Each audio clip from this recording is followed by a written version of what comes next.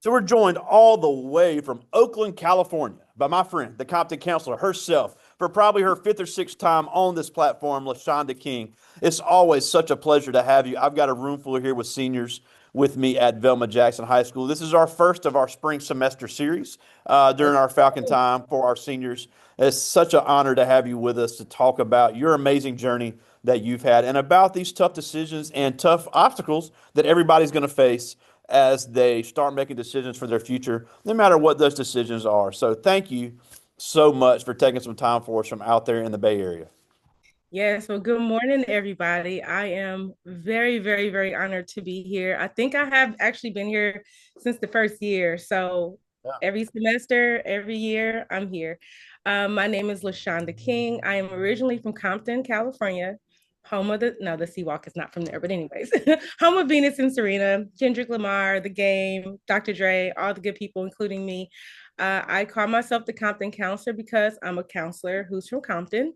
And that gives me a unique perspective because I saw all the things that I saw growing up.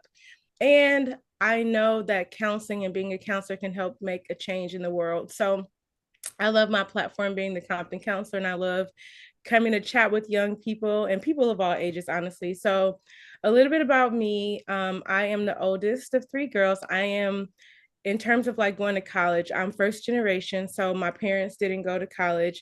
And so there's a lot of stuff that I didn't know about picking colleges, picking careers, and how to navigate life when it came to like schools and professions. My parents worked at the same jobs for a really long time. My dad watched a lot of people like pass him and watch, himself train people to be his manager when he was working. So I saw a lot of things growing up that helped me know that I was obviously different. I had some academic talents and I had some gifts, and I always wanted to share those with everybody. So, this is why I do this. In terms of me personally, I am adult diagnosed as having ADHD. My psychiatrist said that he's never seen somebody so high. I mean, he hasn't seen that many people so hyperactive as adults. But yeah, I'm team ADHD and also autism spectrum. So I say that to say those things are being talked about a lot more. And if you have an IEP or 504 plan or any of those things in high school, they actually are really beneficial for you both in college and in the workplace. Because of my ADHD, the state of California is helping to pay for my license because it is part of my Department of Vocational Rehabilitation workforce plan. So if you have ADHD or multiple sclerosis or MS or just anything, just know those things are still ways for you to get where you want to go. I'm very, very big on you can do whatever you set your mind to. Now you can't just like imagine you want to do something and like do nothing to make it happen. It's not going to like just come to you, but you can bring the energy to it and you can do whatever you want to. And so with that being said, Mr. Prygot will tell you if you ask him, I literally do whatever I want to. What that means is I live my best, happiest whole life all the time. I don't have a career. My career is helping people be great. And that is done in a variety of ways. So as you know, I said I'm a counselor. So I'm trained as like a therapist, talk to me type counselor. So we call that talk therapy. I'm also a licensed pre-K through 12 school counselor. So I could be over there with y'all at Velma Jackson or all the other schools that are watching, helping you to plan your college, career, military, or post secondary success. I also am a licensed cosmetologist and a makeup artist. So I do hair and I do makeup. I have worked anywhere from Google, being a global program manager, to three airlines, being a flight attendant and on a ramp agent, throwing and stacking really heavy bags, to working at a psychiatric hospital as a therapist, to even working for two NBA teams, the LA Clippers and the Detroit Pistons, as well as some really top athletic programs. So when I tell And you, you forgot your time in Hawaii as a teacher as well. no, oh yeah, I was a teacher in Hawaii, in Chicago. I completed Teach for America. So I'm not, super, super religious, but there's a verse in the Bible that says to whom much is given, much is required. And I feel like I was created with a really expansive brain, a lot of energy. I'm not shy. I help bring out the rainbow, and the sunshine of the people. So I just do that in a variety of ways. So yeah, I have been a classroom teacher. I used to teach SPED inclusion math. in my math class in ninth graders, I had one guy who his math skills were on a kindergarten, first grade level. He couldn't, because of his disabilities, he never really learned how to do math in his head. So we worked together to get him, improving in math. And I've had some people that are valedictorian in the same class, and that was really challenging, but we figured it out. So I'm more so here today to talk about you all being your best selves, and you all are unique. The young people of today have like so many skill sets, so many professional tools, so much brilliance, but you all don't really know because like right now maybe like people make it seem like it's a bad thing. So like I love TikTok, and the way you all can create videos on CapCut or using the TikTok platform, that is actually social media management and video editing, right? So even though that's something that you do for fun, that's an actual viable skill set. Now, what I will say is you need to be responsible with technology. Like, we didn't have no chat GPT, but chat GPT, my chat GPT's name is Boo. Me and Boo be really like figuring stuff out and using it to really make a difference. And that's okay. I would just suggest that you all use ChatGPT and other tools as ways to enhance what you already know and not ways to be a bum and be a slacker and cheat. Because honestly, ChatGPT is a computer and you're a person. So when you get caught up, failed, fired, or whatever for faking the funk on ChatGPT is going to give you a cute response like you used it to send to your boo when you was trying to break up. So I'm just saying, use technology responsibly. Um, but those things are powerful. Using AI, using social media, using video editing software, the way that you all can like, just do a lot of things is really actually marketable as an adult. So I don't want you to let anybody make you feel like your habits are um not good. Everything has like a good and a bad to it. It can be really good or it can be really bad. For those of you who are like me when I was your age, I was clean, pop off at the mouth. I always had something to say back. I always wanted to like, make something a debate. I always wanted to stand up for somebody. But what that meant was I was highly analytical, I was quick thinking, and I was an advocate. So the same things that you kind of get in trouble for now, you can choose to use those powers for good, which is why I work with young people. I need to be analytical. I need to be quick on my toes to deal with teenagers and admin and parents. And I also need to be an advocate. So the same things about me that made me the sassy little 16-year-old senior make me the great counselor that I am now. I just, um, I want you all to know that you're brilliant and you're great.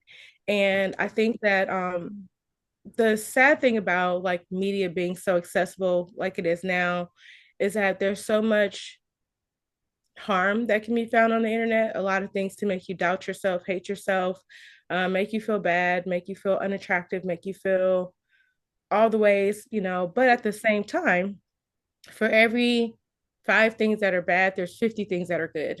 So if you teach your brain is like an algorithm. Like if you like keep searching like cat videos and face beats on TikTok, that's all it's going to show you because that's what your algorithm is developed for. Your brain is an algorithm. So if you only feed your brain negative energy, negativity, then your algorithm, aka your brain, is going to receive or see everything as negative. Me, everything is positive. Like sometimes people are trying to insult me and I don't even notice because I'm like, oh, okay. They think I talk a lot. That's cool. I do though. So like it's hard for people to offend me because I lead with a positive outlook. And I mean, that's not to be confused with me being, like weak or soft because again, I'm from Compton and I know how to take care of myself. But I say all that to say you all have a unique opportunity, being at Velma. I know you all are in a different type community than where I'm from. You're from a rural community, and that has its own unique advantages. So, with that being said, I'll just transition to like, what's next after high school? When you get ready to consider what you want to do after high school, the first thing I tell everybody is you do not need to know your whole life at 16 to 19.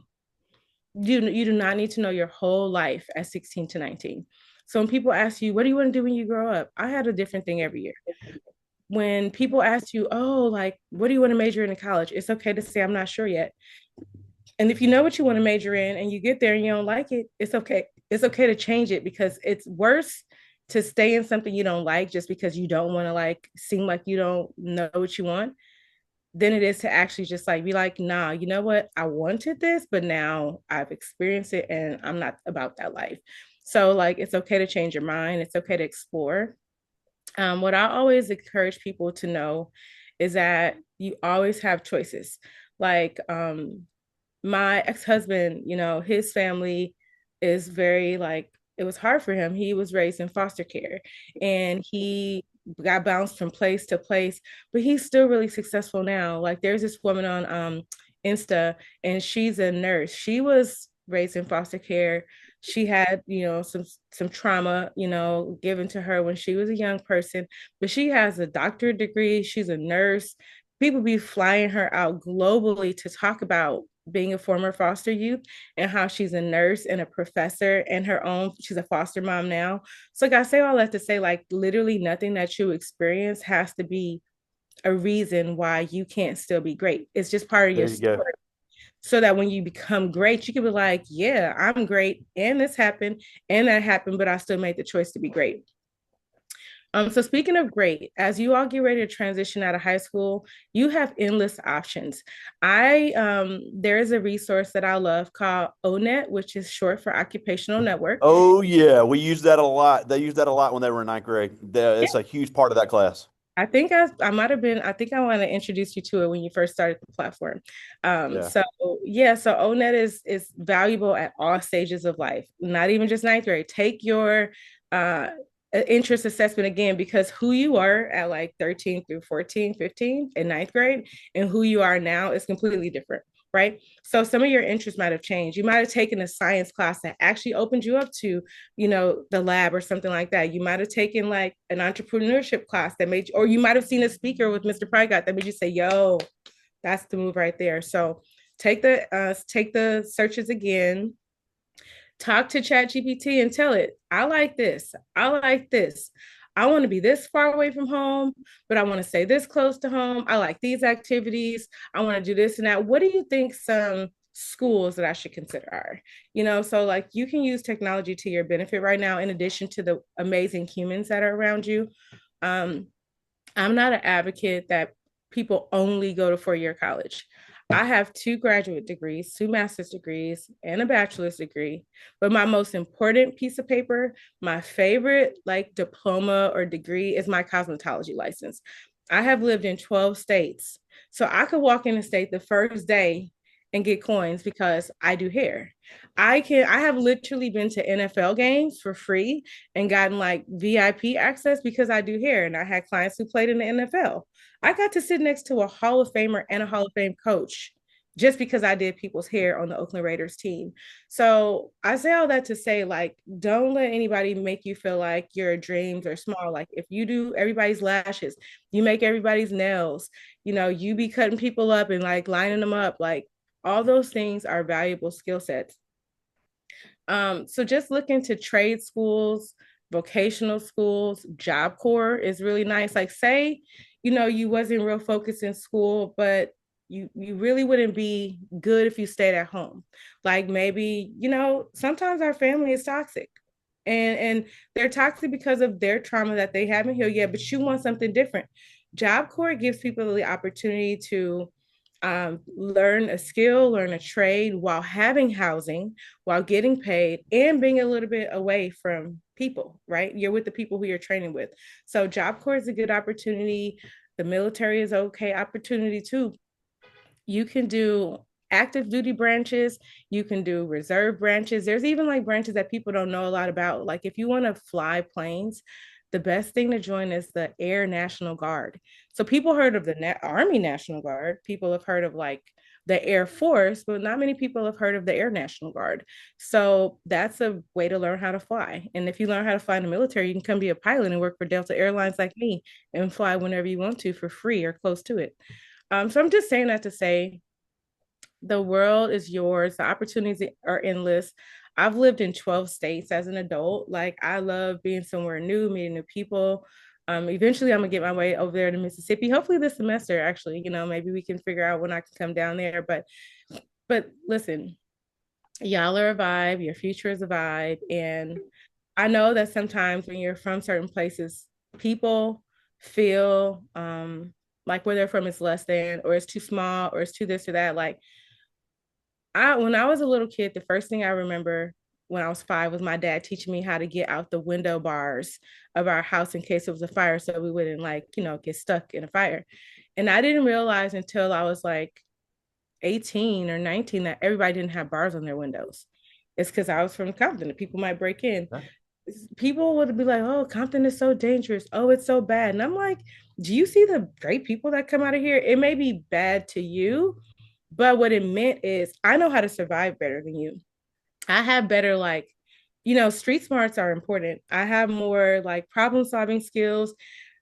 I have more creative ways of thinking how to get what I want. Like I might not have had the basketball shoe money that you had, but I went to Sam's Club and bought Twix and cookies and candy and sold them so then I can get the basketball shoes that my friends had that my parents couldn't give me.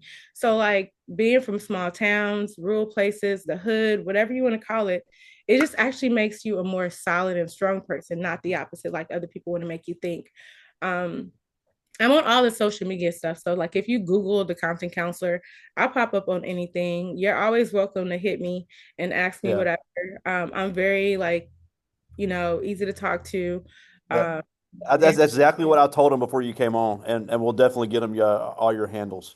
yeah, yeah. So I mean, I don't want to take up the time talking too much, but just know that anything you want is attainable. And you all have the tools to research how to make it happen. I can't even imagine what my young life would have been if we would have had like Chat GPT and all of that. Like they don't even know what an encyclopedia is. Like, bruh. I just saw this like funny TikTok about how like when a kid was at basketball practice and they needed to get picked up early, you had to like call, collect, and fake, like use the name recording to like say, Mom, come pick me up, practice ended early. They don't get it, but maybe they'll see it. They don't understand the struggle on that. No, but like there's so much stuff at your fingertips. So like literally there's no excuse for all you all on the other side of the screen to be great and hit me up and be like, yeah, I saw you in ninth grade. Yeah, I saw you in 12th grade. I'm surprised if any of them saw me when they were earlier in their school. But yeah, I want you to know this part. This is really, really important. The only thing constant in life is change. And right now, as a senior, not only like from a school perspective, but literally a brain perspective and developmentally, you all are between two stages. You're going from stages of being more dependent, listening more to what other people have to say and what they think, and kind of trying to like make other people happy. That's going to shift I mean, it's already probably shifting for some of y'all now. You probably button heads with your folks, but just know that you all are at a new stage in life. You're becoming more inquisitive. You're becoming more independent. You're determining not what your parents or your adults' values are, but what are your values? What's important to you? What you want to do with your life, your time, how you want to feel when you wake up. So I just want you to know that you're in a period of transition and shift. So give your families grace, your caregivers grace, your teachers grace, because you're not who you used to be. And they're going to eventually have to learn that, but it's harder to learn anything when somebody is like fighting you. So just know from both sides that you all are growing and evolving, and that will help you to just like be chill about your adults trying to figure it out. Yeah, I mean, there's I could talk forever, but so yeah, what questions do they have for me? There's a couple things that I wanted to mention Oh, sure. because you talked about you got multiple degrees, and one of those you went to the University of California, you went to Michigan State University, two very large universities. We see them play on ESPN all the time, and we're a small community. We're a small school. Yeah. And there's things that are great about that. There's things that aren't so great. But a transition that everybody's going to have to make is when you're in a new surrounding. And look, I tell this story all the time, and I know they get sick of me hearing it, but it happened to me personally. And I'm telling you, it happens. When I went to the University of Southern Mississippi, I had a graduating class of almost 500 people in high school. So I went to a big school. I was sitting in a class of around 300 people in an auditorium. There was a person in that class I had known my entire life.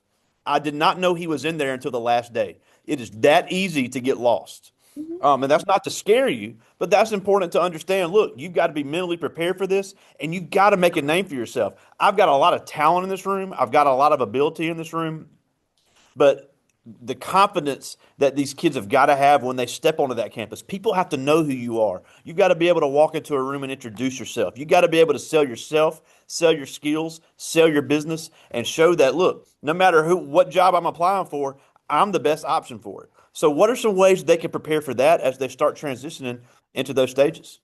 Well, I agree with most of that. Some people have different personalities. So, Yeah. when I've gone to, so like Berkeley, it's really huge. I went to a big high school. My high school had over 4,000 students. Dang. Probably, yeah. My AP calculus class had 35 students. Yeah. So my high school had over 4,000 students. We lost a lot of students over time, like the different transfers and whatever. But like my sister's freshman class had 1,400 as a freshman class. So going Wow. from a big school like that where my like honors classes had 35, my AP classes had 35, and going to Berkeley, it still was hard because I learned in a big school that I could kind of like just do enough. I could kind of get by.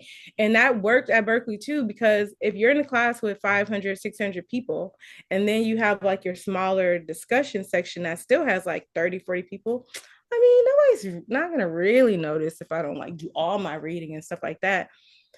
And that was true. And then what you didn't say is that I went to an HBCU as well. I went to Spelman. Got about Spellman. I'm sorry. No, it's all good. But the difference between Berkeley and Spelman was hard, man. Spelman was hard. I was on the honor roll at Spelman, but not because it was easier, because it was higher expectations.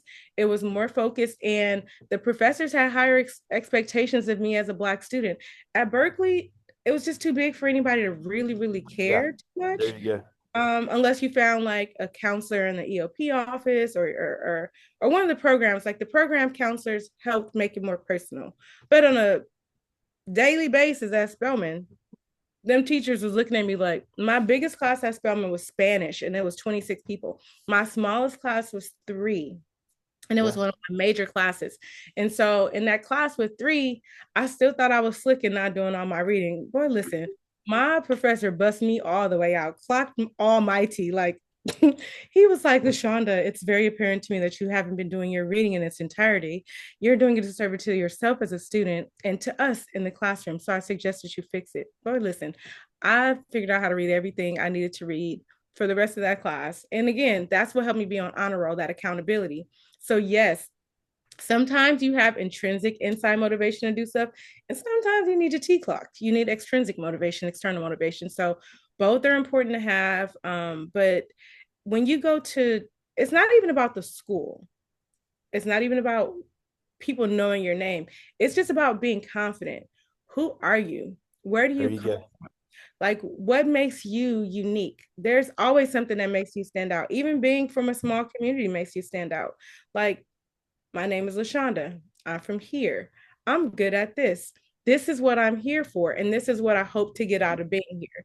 You can use a small template. Like everybody should have an elevator pitch. That's like 15 seconds where you just know how to introduce yourself. Ask ChatGPT. That's my boo, whatever you call yours. Go name your ChatGPT. It's fun. But seriously, use ChatGPT and yourself to help create a short pitch about who you are. And everybody should have one of those before you get actually into like before March 1st. You should all have an elevator pitch and be able to practice it on all the adults, your peers, whatever. You got to be a little bit confident, saucy, shoulders are back, eye contact. Like it doesn't have to be, I think I'm everything. You should though, but you should always be able to introduce yourself with confidence and pride. And you should never be embarrassed about where you're from. You There should you never go. be embarrassed about what you don't know. Like There you I go. can't say what I'm thinking in my head, but I'm like pop yo, pop yo, you know. So yeah, like whether you're in a small school or a big school, a medium school, the military, a workforce development program, it's all the same. Know who you are, be confident in who you are and where you're from, and just be protective of yourself. Like if you have a little sister or brother, like do you talk to them crazy? Well, you might. Okay, that's a bad example, but Don't. But I'm saying, like, treat yourself like the most, like the person you love the most. Like, hype yourself There up, you go. be kind to yourself, give yourself grace if you mess up. Like, don't be afraid to go to therapy. I'm talking to the boys too, and the theys and the thems and the she's and the hers. Like, I'm talking to everybody. Therapy Yeah. is amazing. It's helpful. It's your own dedicated person to talk through what you need to talk through and help you to be like your greatest self. But like, no matter what size school you're in, no matter where you go, you need to know that you are her, you are him, or you are them. Like, it does not matter where, if you got WIC, food stamps, like you live in a hotel, like y'all live in a car, like it does not matter. None of that. You can still be her, him, and them, no matter what your circumstances are. It's all about here and here. So Yeah. yeah, Now, and you mentioned this earlier, and this is something I want to go back to because you mentioned, if you have an IEP, if you have a 504, it's okay to admit those things. And colleges now more than ever have disability services. Well, they will yeah, make those accommodations for you. You don't have to say, well, I'm embarrassed to talk about it, and then that causes you to not be as successful as you can be in college. And yes, something else in Mississippi, and I know they're doing this most places, but even in Mississippi, these community colleges, these universities, they have free mental health services on campus. One of another friend on this platform is a mental health therapist at Hines Community College, and she said, "Look, you've already paid for it. It's not going to cost you anything. Come talk to me." And people think me and you talk a lot. She can put us to shame. She'll talk to anybody. She just said, "Just come talk to me about something. Maybe yeah, we can help you work through things." And look, you're right. It doesn't mean you're crazy. It doesn't mean that you need to take medicine. It doesn't mean that you have to be committed to a mental institution. People are going to have mental health triggers, and it is the ultimate equalizer. So a lot of narrative has changed on that. And yeah. look, I love that. unfortunately, and tomorrow we're having a guest on this platform that had one of my former students in this time of transition, and he made the decision to end his life Mhm. because he was faced with these mental health triggers. Yeah, Maybe if he would have reached out, things could have been different. I wasn't there, I don't know, but yeah. that's things that can be avoided. And obviously, that's an extreme example, but I've Oh, seen too many kids not finish what they could have done because they yeah. didn't take care of those mental health triggers they faced as a new high school graduate. Yeah, I will say that, like, in certain communities, we have more what we call generational trauma. Like, some of us are descendants of slavery, and that abuse and that like way of being treated and like that way of being mentally controlled, it passed on a little bit from generation to generation, especially like in the rural South. There's still a lot of racism in a lot of ways that some people want Black people or underrepresented people to feel less than, and we definitely not. People are always going to come for the greatest. But anyways, with that being said, when you go to colleges, like I'm taking community college classes right now. I have 2 graduate degrees in all, but I'm taking carpentry, welding. Like I be building stuff. I built a garage, y'all. Like, but yeah, so I'm taking carpentry and some other classes at the community college. And for the first time in my life, I'm using my accommodations for my ADHD. Now, As you mind you, should. as an academic advisor and as a school counselor, I help write countless IEPs and 504 plans and help people get accommodations. When I was a student at Berkeley, a freshman, I actually worked at the Disabled Student Services office. And so I have seen thousands and thousands of people get accommodations, but for the first time, I got them. So what I was able to do is get a free software that can record my lectures, and then it types it transcribes it all out for me, and I could take pictures. Wow. So for the first time in my life, I can actually just listen to what the professor is saying, because when I'm trying to take notes and writing at the same time as listening, my brain thinks out loud. My brain is really loud. So like when I'm trying to write and it's thinking and I'm not hearing the professor no more because I'm writing. So now I can actually just listen, and my device is taking notes with me. So like that is a companion, a tool that I would not have access to if I was not going to disclose to the university or to the college that I had ADHD. As an adult who works in the workplace, I can also request reasonable accommodations in the workplace under the Americans with Disabilities Act. Also on the airplane, you can board for earlier. Say you get really stressed out when there's all these people around you because you have anxiety disorder or you're on the spectrum, you can actually request pre-boarding and get on there and kind of chill out and just like kind of, what I'm saying, put your earphones on in advance. So there's nothing wrong with being different. There's a unicorn hiding behind my little curly bun up here, a little horn, but there's nothing wrong with being different. Your difference is your superpower. And if you have what this country calls as a disability, there's a lot of resources to help you utilize that difference in you and be exceptional. There's nothing about me that's basic or regular. And I think my ADHD is, I mean, sometimes it makes me tired. I sleep good every night, but it's what makes me able to do all the things that I do to, walk around with the joy that I have. Like, I don't consider my ADHD or my autism as a bad thing. I just consider it as like one thing that makes me different from other people. And that's what makes me stand out. So, yeah. That's awesome. Well, they've handed me a couple questions, and I want to get to these because these are good. This first one is Morgan Thompson. That's the one you liked in the pink. She's unbelievable athlete. Hey, come on. Volleyball. Let, Been getting okay. all kind of state honors in basketball. She is Miss Love Velma it. Jackson. Unbelievable All student. right. But she asked, "What pattern have you seen in students that end up happy in their careers?" What pattern have I seen in students that end up happy? Self-discovery. So like asking themselves questions, researching, like learning more about who they really are. So like as an athlete, I'm a former athlete. I played basketball, volleyball, and as an adult, I play tackle football, and I'm a coach. So as athletes, we tend to only know our identity as an athlete. But what do you do outside of sports? And this goes for anybody who's there. But what I have seen is people who are inquisitive about learning themselves.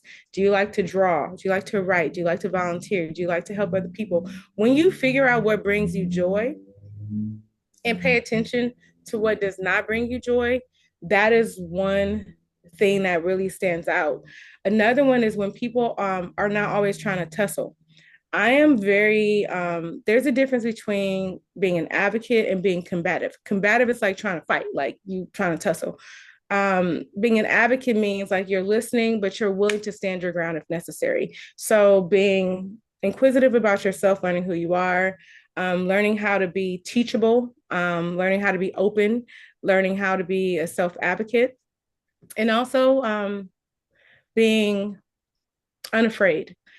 People who are unafraid to disappoint other people, like, oh, if I go to this school, they're going to be so disappointed. Oh, if I choose this major, they're going to be so bad at me. Like, you have to choose yourself first. It is okay to get feedback, get opinions, get perspectives, but some people are scared of their own life. And so some people project fear onto you because they're scared to do anything different. So, yeah, being unafraid, being teachable, being flexible, being open, being more in touch and inquisitive within yourself. Those are the things that I've seen. Not even just my students, but I'm a job coach for adults with disabilities right now. And I also have like a couple businesses. But yeah, so people who do those things and like listen to themselves, search themselves, and like follow what they want are really happy, like me. Love it. This is Kiana May. She's a member of our band, excellent musician. Let's go. And she asked, "Did you have a similar support system that you offer now when you were our age?" Absolutely not. This is exactly why I do what I do. My parents did the best that they could. I have two parents in my house, and my parents are still married. But my dad didn't finish high school. Actually, I can't get into that story, but my dad didn't finish high school until I finished college. And I didn't know he didn't finish high school. But when I found out, it was on.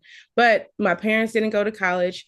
They didn't know what to tell me. My high school had 4,000 students and one college counselor. And Dang. that was before the internet. So everything was in books, everything was on these like walls. Oh And yeah, we're the same age. I remember. no, but I'm saying to be at a school with 4,000 students and only have one adult who handled all the college, the career, and the military stuff. So I absolutely did not. My counselors never really knew me. The people who wrote my letters of recommendation for college were my vice principal and my principal. And I actually knew them more outside of school because my assistant principal was my minister at my church. So, like, because of that connection, I knew them. But if I wasn't his church member, would I have even known them? So no, I did not have this support system. I went to Berkeley. I had 2 years of AP calculus, AP physics. I used to build remote control trucks and cars. And I ended up like majoring in sociology at Berkeley. I love Wow. engines. I love cars. I could have been a mechanical engineer. I didn't even learn, even though Berkeley is one of the top 10 engineering schools in the world. I did not learn what engineering was until grad school, studying athletic administration, happened to be at church and heard about it. Never heard of it like that. So no, I didn't have but what I encourage you, whatever you don't have and you learn, give back to the people behind you, whether that's adults, your parents, your aunts and uncles, your siblings, your classmates, your friends. Like when you learn something new, share that with at least one or two people, right? That's how we become better. But no, I have no. Right. When I look at my college, like I used to scrapbook. So I have some pages of all these colleges that used to write me when I was in high school, all Ivy League schools, Princeton, Yale, Ithaca, Spelman, WashU, like all these top schools in the country used to write me. But I remember looking at one brochure, and it was so beautiful. And the tuition was like $50,000 a year. And at that time, both of my parents combined made 45,000 a year because we had just done we were doing FAFSA. And I was like, I can't afford to go here. And I closed it and I never looked at it. I didn't understand merit aid, need-based aid, endowments and scholarships. So everything I didn't know, I'm like, oh no, everybody about to hear this. No, that's why I do this, because I didn't know. So now y'all about to know. Yeah. So no. I got time for one more. This is Donovan Smith. Just signed last week to play football at Hines Community Let's College. Excellent go. athlete. Also, our Mr. Velma Jackson. Nice. And he asked, what was your biggest inspiration to have this platform? My biggest inspiration is being from a place where everybody talks trash about and wanting to show that greatness comes out of where I'm from. When people like, aren't they like, when I was a kid or a teenager, Compton was the number 4 most dangerous city in the entire country. So I grew up like drive-bys are a real thing. Like what you see in the movies, like people getting shot. Like at my school, we had metal detectors. We didn't even have lockers because people would bring guns to school and like try and shoot each other at school. So I had AP calculus, AP physics, AP English, AP government, and didn't have no lockers. We didn't even have textbooks in calculus for 2 years. And we still passed our AP exams with no Wow, textbook. But that's so awesome. I say that to say like what made me have this platform is seeing that like y'all sitting in the room could see yourself in me. I'm not saying that like, everybody can see themselves in somebody, but it's a little bit more challenging to see yourself in Mr. Pie Guy. Like you can see yourself as having a good heart in Mr. Pie Guy. You can see yourself as having passion and like caring about other people in Mr. Pie Guy, but you can't see a little black kid from wherever in him. And that's just facts. Yeah, So for me, I agree. to whom much is given, much is required. Like, I want people to see that look like me, or maybe that they're just girls, or maybe that they're queer, or maybe that they're neurodivergent. I want people to see me and see themselves and be like, yo, if she can do this, I can do this. And I want you to take that same energy and then do that with like this one girl. She is 12, 13 years old. She's an exceptional basketball player, like top in her class and nationwide, and she's in my friend's mentorship program. And you know what she did? Because she's so talented in basketball, she actually held a camp for girls who don't know how to play basketball for 4 weeks. And she gave them certificates and t-shirts, and like she's still developing her ability to like be her, but like she is still her. Like these girls were blushing, like they went from not being able to do a layup at all to being able to do dribbling drills and layups and play defense. And she taught them that as a 13-year-old eighth grader, but she taught it to other girls who were also in middle school who just didn't know how to play as well as she knew how to play. So as an athlete, you always have a platform. You play an instrument, you have a platform. You got a loud mouth and you just the one on campus who be da da da da, you have a platform. You got a great reaction on that one. Everybody has a platform, use it. But for good though. Don't be like, you know. Now we're almost out of time, Yes, and as I know. always, it is just such a joy to have you as part of this platform, and you've just been such a great friend to me for so long. Of course. But the last thing before we go, first of all, we need to get everybody on your platforms, the Compton Counselor on TikTok, Everything. Instagram. So TikTok, so much great, Instagram. so much great stuff, and I agree 100% with what you said. You can use social media for positive, find people that'll pour positive things into your life. So many of the problems you see, the mental health, some of the mental health triggers are because of social media, cutting people down, showing things that are negative. Find Yeah, people like you that are positive, always pouring things in there. But yeah, as these kids are getting ready to transition to their next step, and look, I'm not telling them what to do, but they need to have all the options. We got a variety of paths in this room with me right now. yeah. As these paths are coming, why do they need to be ready for these obstacles that they are going to face, especially as young black kids? I need you all to be ready for the obstacles you are going to face because other people are haters. People are going to try and tear you down, break you down, make you feel like you're less than, and you're not. You're powerful, brilliant, amazing, bold. You are them. So I need you to be ready because if you stay ready, you ain't got to get ready. That's it. There you go. There you go. Well, as always, it is just such a joy. I love you to the moon and back. You I hope already you can make it here soon. we Uh, talk about it. yeah, hey, I I hope you can make it here soon. But just again, thank you so much for joining us all the way from Oakland, California. The Compton counselor herself, LaShonda King. Talk to you soon. Good day, y'all. See ya.